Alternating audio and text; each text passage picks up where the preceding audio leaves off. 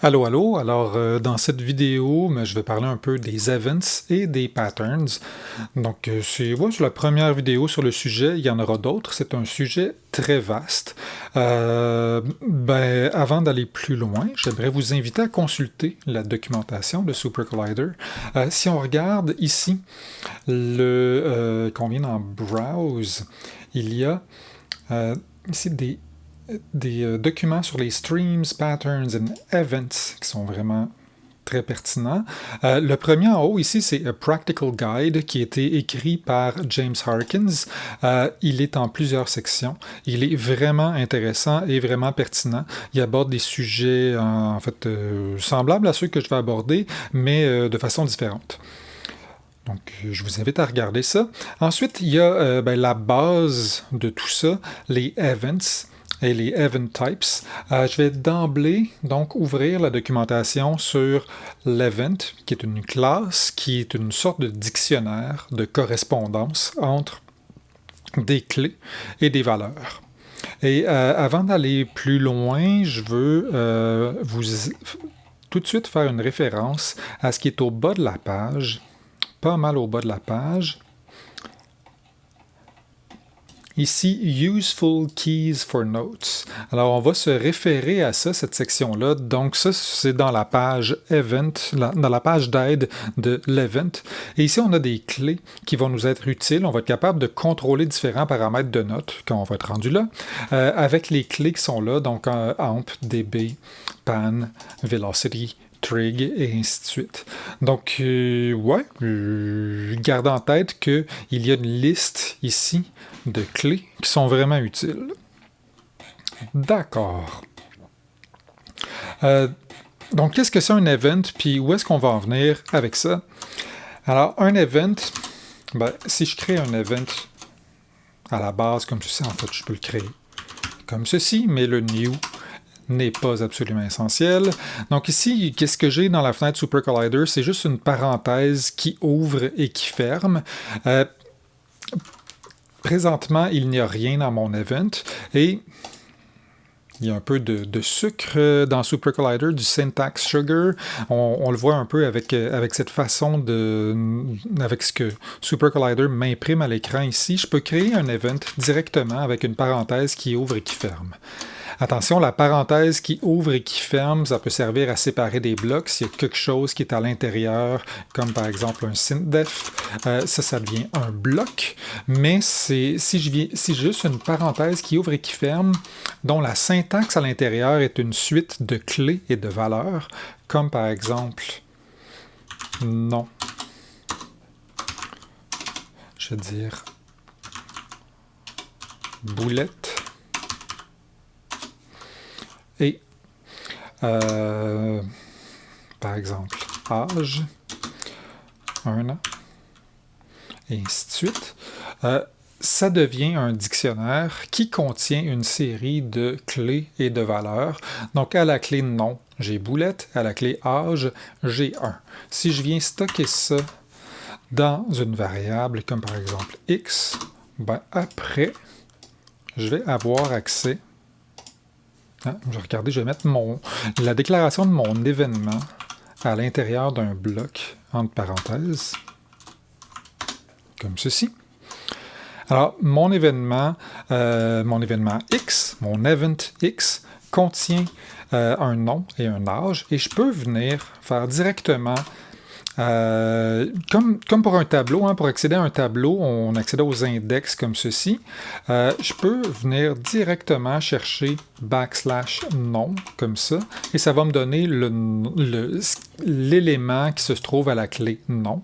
Donc, si je viens mettre un \, comme ça, je peux même, pas toujours, mais par défaut, venir appeler cet élément-là comme si c'était une méthode, donc en faisant .nom. X.nom, ça me donne boulette aussi. Puis si je fais x.âge, ça va me donner 1. Et non seulement ça, mais si je viens mettre, par exemple, des fonctions, si je dis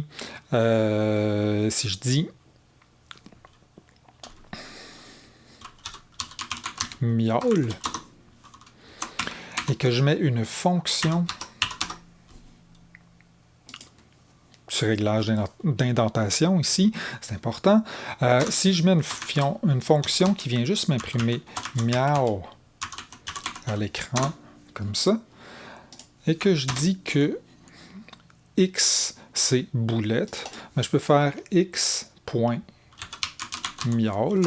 et à toutes les fois que je fais x.miaul, ben boulette va miauler. Je pourrais même venir dire, à toutes les fois qu'elle miaule, elle va vieillir de 1 an. Ce serait un peu sadique, mais donc, si je fais... non, je ne vais pas faire ça. J'ai changé d'idée. Il y a trop d'enjeux. Donc, les événements, les events, peuvent servir à ça. Ça devient des structures dans lesquelles on est capable d'avoir des paires clés-valeurs. Ça peut être pratique pour représenter toutes sortes de choses à l'intérieur d'un programme. Maintenant, ce qui m'intéresse, c'est l'événement, pour l'instant, l'événement par défaut. Alors, si je fais event.default, donc ça me donne l'événement par défaut. Dans SuperCollider, il y a un événement qui contient plein de choses et qui est l'événement par défaut. Si je fais ça, il a l'air vide. Oui, il est vide, mais il a un événement parent.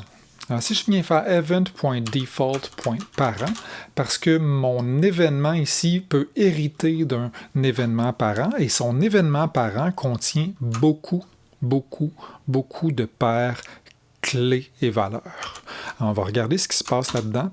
En fait, il y en a tellement qu'on ne les voit pas toutes, mais on peut regarder un petit peu ce qui se passe ici. Donc, on a instrument défaut, c'est une première paire clé-valeur, default. On a db-20. On a MIDI event functions. Là, ça c'est intéressant ici. On a une clé dont la valeur est ici un autre événement qui contient des clés et des valeurs. On peut avoir plusieurs... on peut intégrer des événements à l'intérieur de d'autres structures, donc c'est pas obligé d'être la structure supérieure. Ces clés-là, par défaut, de l'événement parent, on va s'en servir énormément, ça va être extrêmement pratique. Tellement pratique... En fait, tellement pertinent que je peux appeler la fonction, la méthode play sur mon événement par défaut. Et si mon serveur est démarré, comme c'est présentement le cas, j'ai une note qui joue. Et cette note-là, en fait, ce que la méthode play vient de faire sur mon event par défaut, c'est de venir prendre toutes les clés et les valeurs, en fait, prendre une partie des clés, les clés et les valeurs dont elle a besoin, et créer une note sur le serveur. Alors, l'instrument par défaut, c'est un synthDef qui a été créé par défaut par SuperCollider au démarrage et il est envoyé tout de suite vers le serveur. Donc, le serveur a toujours l'instrument en mémoire, l'instrument par défaut, le default instrument. Et quand je viens faire event.default.play, qu'est-ce que SuperCollider va faire? C'est qu'il va envoyer un message au serveur pour dire « Crée l'instrument par défaut, joue la note par défaut, à l'amplitude par défaut, avec le pan par défaut, et ainsi de suite. » Ici, je vais effacer ceci. Je peux remplacer mon event par défaut par un événement vide, c'est-à-dire une parenthèse qui ouvre et qui ferme, comme ceci. Ça va faire la même chose. Et je peux venir, par exemple, changer certaines clés, comme l'amplitude. Si je viens changer amp, qui est ici je le vois, par défaut, amp, il est associé à 0.1, mais si je mets amp 0.5, comme ça, et que je fais jouer ça, qu'est-ce qui va se passer? Mon 0.5 va remplacer le 0.1. Je vais jouer le même son, mais avec une amplitude de 0.5 au lieu de 0.1. Donc, la différence. Je peux changer la fréquence aussi avec la clé Freq, comme ça. Je ne mettrai certainement pas 0.1 comme fréquence. Je vais plutôt mettre quelque chose comme 440, disons. Donc, on est sur le La. Avant, on était sur le Do, qui est la note par défaut. Ici, la fréquence était à 261.6255 Hz. La note correspond à Do. le mécanisme des événements, comme ça, va calculer la fréquence, l'amplitude ou d'autres paramètres en fonction des clés qu'on va utiliser. Donc, la fréquence, on peut la donner directement par la clé Freq. On peut aussi la donner de d'autres manières, comme par exemple avec la clé Degree. En fait, je commence par MIDI Note. Si je viens mettre une note MIDI à 71, donc ça me joue la note MIDI 71. Et là, on voit ici que la fréquence qui correspond à la note MIDI 71, c'est 493,88 quelque chose. Je peux changer ça pour des degrés. Degree. Et je viens mettre le degré 0. Et là, qu'est-ce que le système d'événements va faire? En fait, c'est la méthode play va venir regarder c'est quoi mon octave par défaut, c'est quoi ma gamme par défaut, puis c'est quoi ma tonique.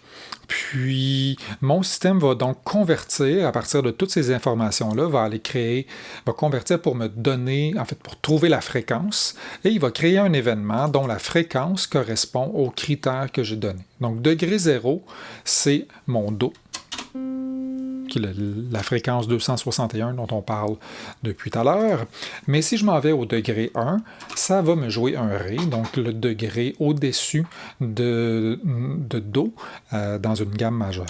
Et je peux continuer.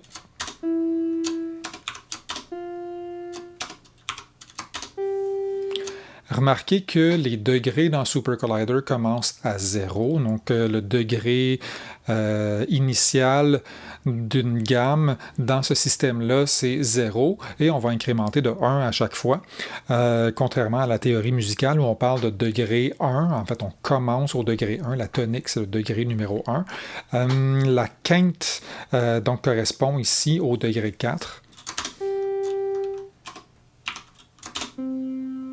et personnellement, je trouve que c'est plus logique que la théorie musicale, mais on ne va pas changer 500 ans d'histoire aujourd'hui. En tout cas, pas moi. Donc, le degré, si je garde le degré 0, mais que je viens changer la tonique, je dis que la root, c'est plus 0, mais je vais plutôt dire que ma tonique, c'était 60, je pense. Je dis que, tiens, ma tonique, ça va être 71. C'est très, très aigu. J'ai oublié que c'était pas des notes MIDI, mais bien des notes autour de 0. Donc, si je mets ma root 0, c'est le Do central, ma fondamentale de ma gamme. Mais si je mets 1, en fait, ça devient le Do dièse central, qui est juste au-dessus du Do central, qui est mon degré 0. Et si je mets, par exemple, un 7, ça va me donner le La bémol, si je ne m'abuse. Je pense que oui.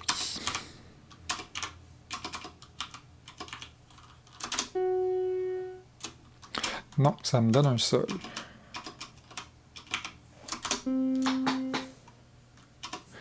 Et ça, c'est un Sol.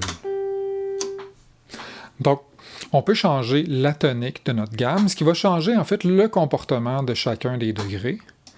Et on a une multitude de paires de clés qu'on peut utiliser comme ça dans les événements. Je crois qu'avec l'instrument par défaut, on a même de la panure. Je vais peut-être envoyer ça à gauche. Ça fonctionne par défaut. Et on va avoir donc finalement pratiquement toutes les clés que je vous ai pointées un peu plus tôt dans l'aide des events.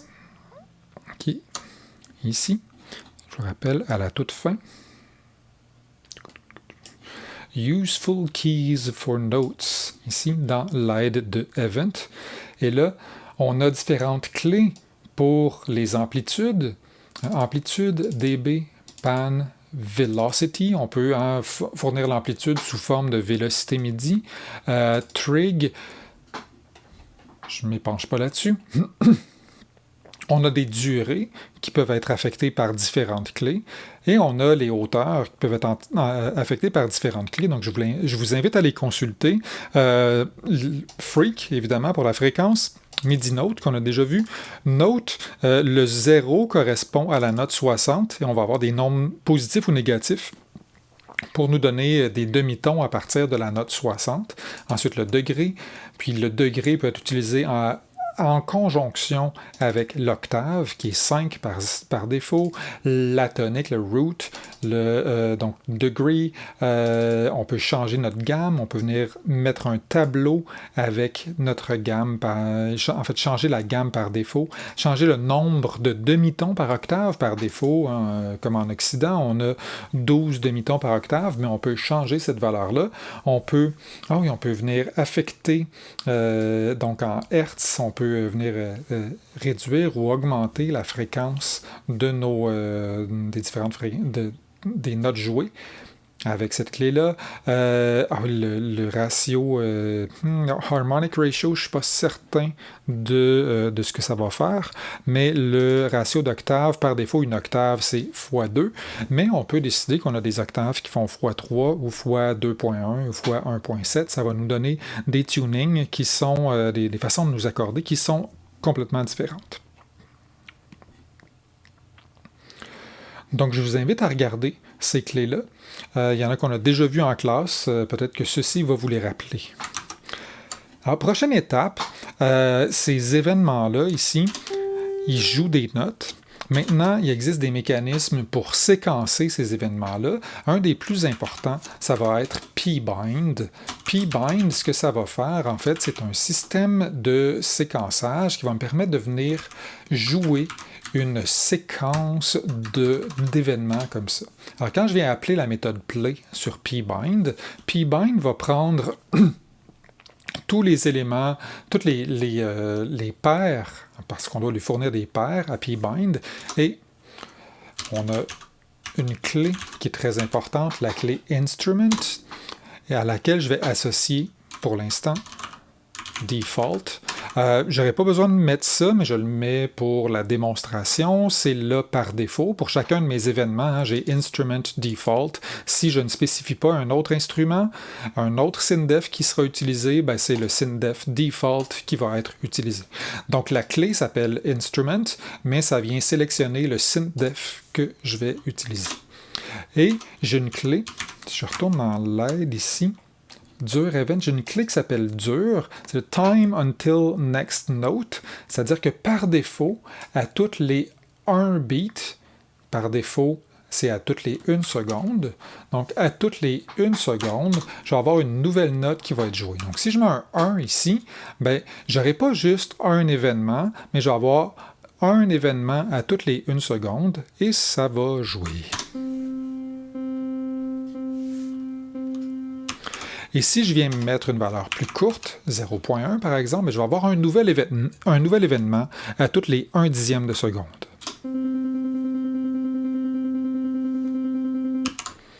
Et je ne suis pas obligé de jouer tout le temps la même note. Je pourrais avoir une séquence, utiliser degree, ici. Donc venir générer un autre... d'autres valeurs pour la clé degree et venir mettre par exemple 7 ici. Voilà. Et je ne suis pas obligé de jouer juste une note, je peux jouer plusieurs notes si je viens mettre un tableau, comme par exemple 0, 1,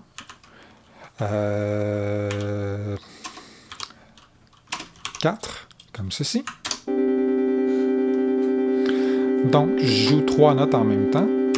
Et je peux aussi faire une séquence de notes si j'utilise un autre pattern qui s'appelle pseek pour séquence. Alors, pseek va prendre un premier argument qui est une liste et ensuite un deuxième argument qui est un nombre de répétitions que je vais mettre à inf pour infini. Ça peut être un entier aussi, mais je vais le faire se répéter à l'infini.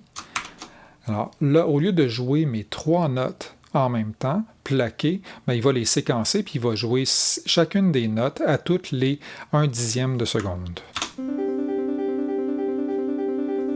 À l'infini comme ça. Si je me rajoute une autre note, qu'est-ce qui va se passer? Je vais avoir une autre note qui va être jouée. Vous voyez que les espaces ici n'ont pas d'importance. Je pourrais avoir parallèlement une séquence d'amplitude. Donc, je vais venir mettre des amplitudes comme ça.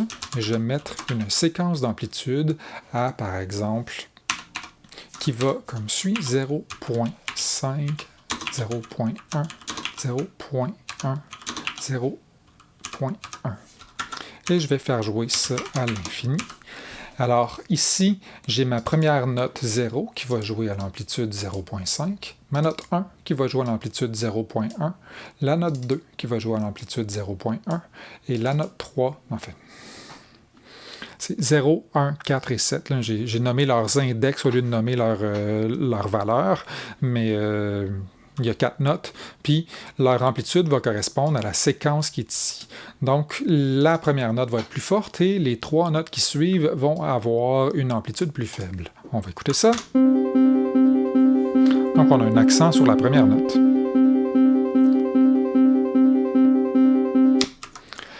Qu'est-ce qui se passe si j'ai des listes qui n'ont pas la même taille? Donc ici, j'ai 4 éléments dans ma liste. Ici, j'ai 3 éléments dans ma liste. Ben, qu'est-ce qu'on va avoir? On va avoir une note plus forte, la note 0. Ensuite, 2 notes plus faibles, la note 1 et la note 4. Puis ensuite, la note 7, ben, comme j'ai plus d'éléments dans cette liste-là, qu'est-ce qui va se passer? On va aller faire la lecture au tout début. Donc, on va avoir cette note 7 ici qui va être plus forte. Ensuite, un 0 plus faible, un 1 plus faible. Ensuite, un 4 qui va être plus fort. Donc, ça va décaler comme ça. Donc, cette séquence-là va être jouée en boucle en même temps que cette séquence-ci va être jouée en boucle.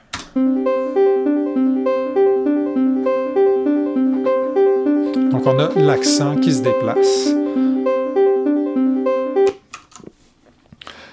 Je peux changer ma clé AMP pour une clé dB si je viens ici.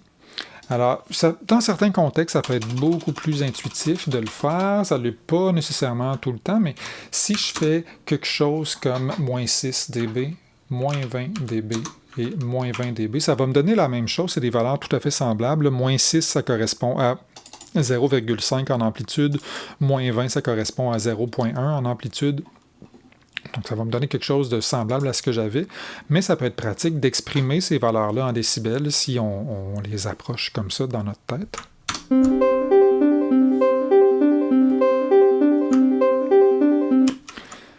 Donc ça, ce sont les séquences. Maintenant, je pourrais décider d'avoir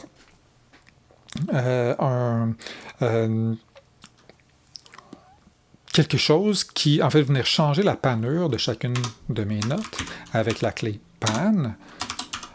Et au lieu d'avoir une séquence de pan, je vais mettre des segments de pan. Donc ça va se... Donc un P-seg, on n'a pas confondre avec P-seek. Et ici, dans mon P-seg, je vais avoir, par défaut, je vais avoir, pas par défaut, mais ça me prend un minimum de 2 tableaux. Mon premier tableau, ça va être des niveaux, puis mon deuxième tableau, c'est des durées. Alors, ce que je voudrais faire, c'est par exemple avoir un déplacement qui va de moins 1 à gauche complètement jusqu'à 1, puis ensuite qui retourne à moins 1. Donc, je vais avoir une panure qui va de gauche à droite à gauche. Et là, ça, ce sont des segments, comme pour une enveloppe. Donc, il faut que je détermine le temps que ça prend pour passer de moins 1 à 1. Et ensuite, le temps que ça prend pour passer de 1 à moins 1 avec mon deuxième tableau. Donc, le premier temps, je vais dire que c'est 5 beats, dans ce cas-ci 5 secondes. Et le deuxième temps, c'est 5 secondes aussi. Donc, en 5 secondes, je vais passer de gauche à droite. Puis, ensuite, je vais passer de droite à gauche en 5 secondes. Et Les courbes, on peut changer les courbes de ça. Ça peut être un chiffre, ça peut être linéaire, ça peut être exponentiel, ça peut être sinusoïdal. Vous pouvez regarder la documentation pour voir quel genre de courbe on peut quel genre de courbe on peut insérer là-dedans. On va garder ça linéaire pour l'instant. Et les repeats, je vais mettre infini ici. Donc, qu'est-ce qui va se passer? Je vais venir jouer cette séquence de notes-là qui passe de gauche à droite, à gauche, à droite, à l'infini, et ça prend 5 secondes pour passer de gauche à droite.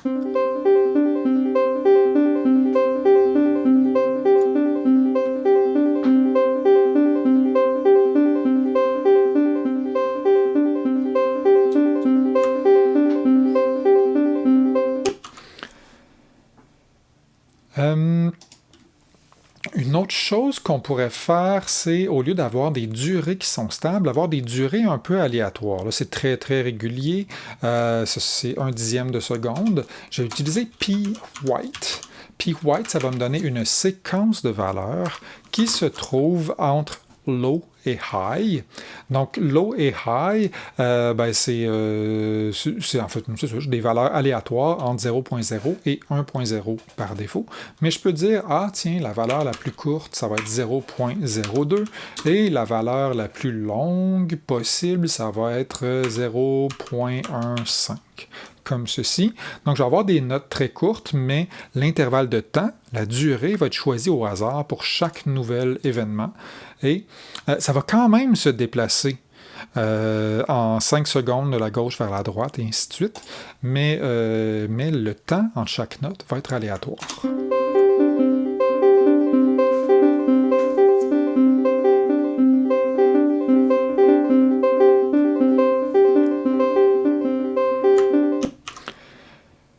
À ne pas confondre avec p-white, il y a aussi p-rand.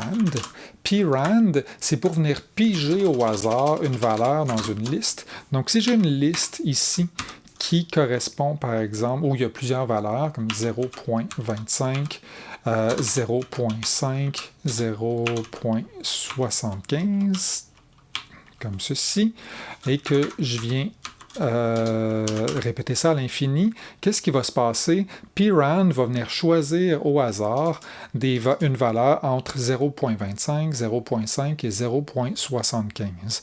Donc, je ne sais jamais quelle va être la durée, mais c'est toujours une de ces trois durées-là qui sont en fait, c'est pour diviser chacun de mes temps en double croche, en croche ou en croche pointée.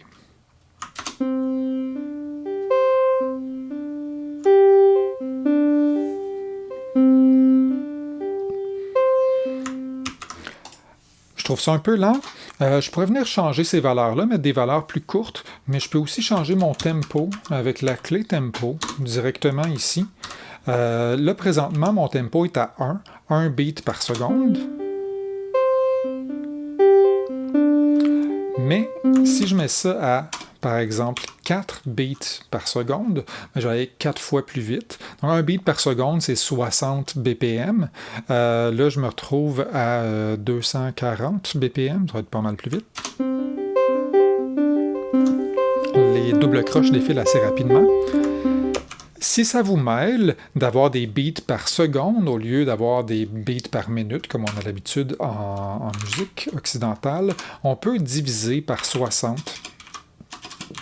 60, dis-je, la valeur. Donc 120 divisé par 60, ça nous donne 2 beats par seconde. Donc pour changer notre tempo, on peut venir faire ça de cette manière-là.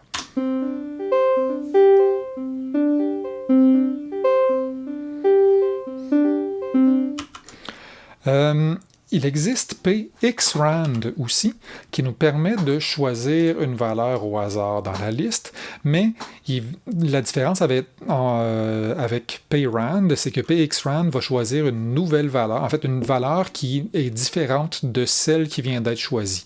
Donc je ne pourrai jamais avoir 0.25 deux fois d'affilée si j'utilise pxrand. Si j'ai 0.25, la valeur qui va suivre est soit 0.5, soit 0.75.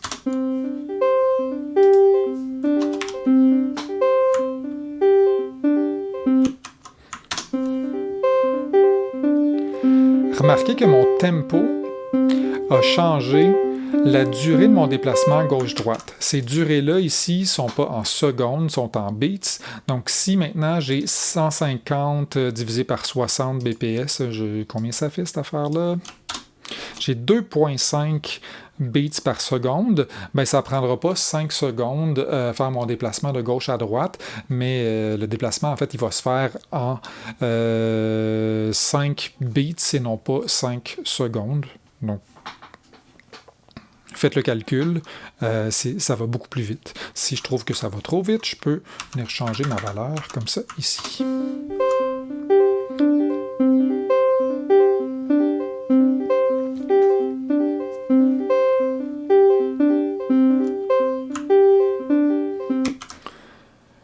Une autre option, ce serait d'utiliser PWRAND. PWRAND, le W veut dire weight. Donc l'idée, c'est d'avoir une liste de poids. À chacune des valeurs qui est ici, je vais avoir des poids et donc qui correspondent dans une deuxième liste.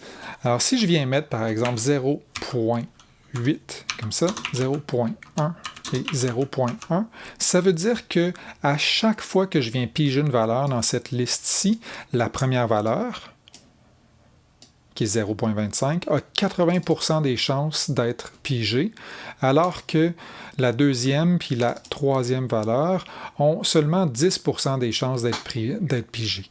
Donc ici, le total vaut 1. On devrait utiliser des tableaux dont la somme est égale à 1.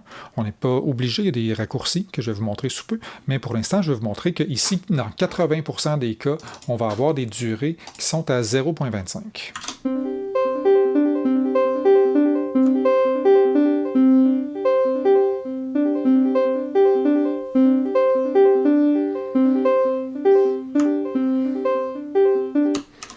Si on veut mettre des nombres qui correspondent à autre chose, comme 34, 12 et 8, parce que ça nous semble plus intuitif, on peut utiliser la méthode .normalizeSum, comme ça ici. Et ce que normalizeSum va faire, ben, ça va nous transmettre ça en pourcentage. Donc, en fait, la somme de tout ça au prorata va devenir 1. Donc, ici, on voit que mon 0,25 a 63% des chances d'être pigé. On a 22% des chances pour mon 0,5 et à peu près 15% des chances pour le 0,75. Donc, voilà.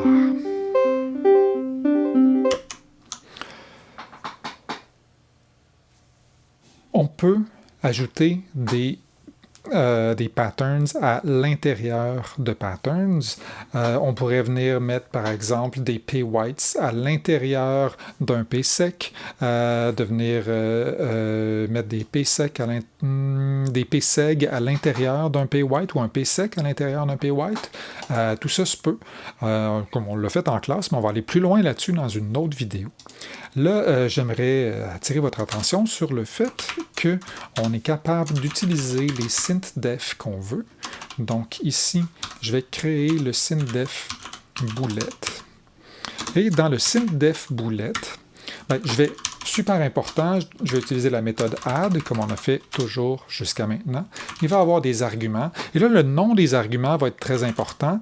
Je vais avoir besoin d'avoir un argument qui s'appelle freak. Si je veux que les clés comme degree, scale et ainsi de suite, tout ce qui contrôle la fréquence, si je veux que ça fonctionne, toutes ces clés-là, il va falloir que j'utilise absolument un argument qui s'appelle freak. Donc, je ne peux pas lui donner un autre nom. Dans un synthdef ordinaire, je peux donner un autre nom à freak, mais si je veux l'utiliser avec pbind et des événements, il doit s'appeler freak absolument. Même chose pour amp, je devrais utiliser un argument qui s'appelle amp. Si j'ai mon argument qui s'appelle amp, exactement, je peux utiliser la clé db, ça va fonctionner. Même chose pour pan, qui est une clé par défaut. Vous avez pan égale 0.0. Je vais mettre un argument pour ma sortie, je vais laisser ça à 0. Je vais me créer un petit synth, je vais mettre donc une variable sig, comme ceci. Enfin, sig est égal à pulse.ar, et je vais mettre la fréquence ici. Je vais me créer un autre argument pour le width, et l'amplitude va rentrer ici, comme ça. En fait, non. Je vais avoir une enveloppe qui vient ici. Ça va me prendre une enveloppe, absolument, parce que à toutes les fois que j'ai un nouvel événement de créer, je viens créer un nouveau synth. Et il va absolument falloir que j'élimine ces synths-là, sinon ils vont s'accumuler à l'infini sur le serveur. Alors pour éliminer mes synths automatiquement sur le serveur, je vais utiliser une enveloppe qui a un done action de 2. Et ça va me prendre une enveloppe qui a aussi une gate pour pouvoir contrôler le release, donc pour pouvoir contrôler la durée de mon synth, ça va me prendre une enveloppe qui a une gate. Je vais rajouter mon argument width que je n'ai pas encore rajouté. Je vais mettre ça à 0.5 par défaut. J'ai ma gate qui est là. Je pense que j'ai tout ce qu'il me faut. Alors, si je viens créer mon enveloppe ici, je vais me faire un envgen.car. Mon enveloppe, ce sera env.adsr. Je vais utiliser l'enveloppe par défaut pour l'instant, .adsr. Donc, moi, je vais garder toutes les valeurs par défaut. Et ma gate, je vais la plugger ici. Et très important, je vais mettre mon done action à 2 ici pour que mon synth se libère à toutes les fois que l'enveloppe est terminée. Est-ce que j'oublie quelque chose? Ah oui, j'oublie un petit truc important. Après ma gate, ici j'ai un argument qui s'appelle level scale. Alors moi, je vais venir mettre mon amplitude ici. Donc mon enveloppe, par défaut, va varier entre 0 et 1. Si je mets le level scale à amplitude, au lieu d'aller entre 0 et 1, par défaut, mon enveloppe va aller entre 0 et 0.1. Donc la forme de mon enveloppe va suivre l'amplitude que j'ai passée en argument. Après, mon enveloppe vient à être utilisé comme mule sur mon oscillateur et ça vient appliquer mon enveloppe sur l'amplitude de mon signal. Et mon signal, je vais le panoramiser. Sig est égal à pan2.r et je vais panoramiser sig et sa position, ça va être le pan qui est là. Et je vais envoyer ça vers la sortie, out. Je vais utiliser mon argument et je vais envoyer sig vers la sortie. Et là, si je viens changer default par boulette,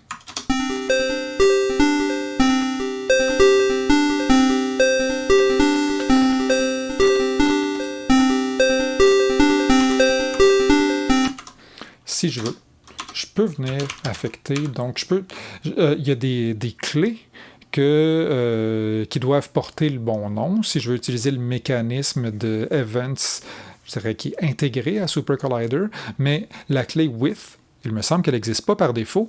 Je peux m'assurer d'utiliser une clé qui n'existe pas pour vous démontrer que ça fonctionne. Donc je vais je vais appeler ma clé boubou. Et ici, je vais utiliser la clé boubou. Et ce sera un pseg qui va passer de 0 à 0.5 et retourner à 0, comme ça, et qui aura une durée de, je veux dire, 10. Et 10, chacun de ces segments-là va durer 10 beats. Et oui, ça va être linéaire. Et les repeats vont être infinis, comme ceci. Alors, si je viens renvoyer mon synth, qu'est-ce que j'ai fait? Width n'est pas défini. Non, j'ai défini boubou. Voilà. On a une variation de timbre qui correspond au changement du width.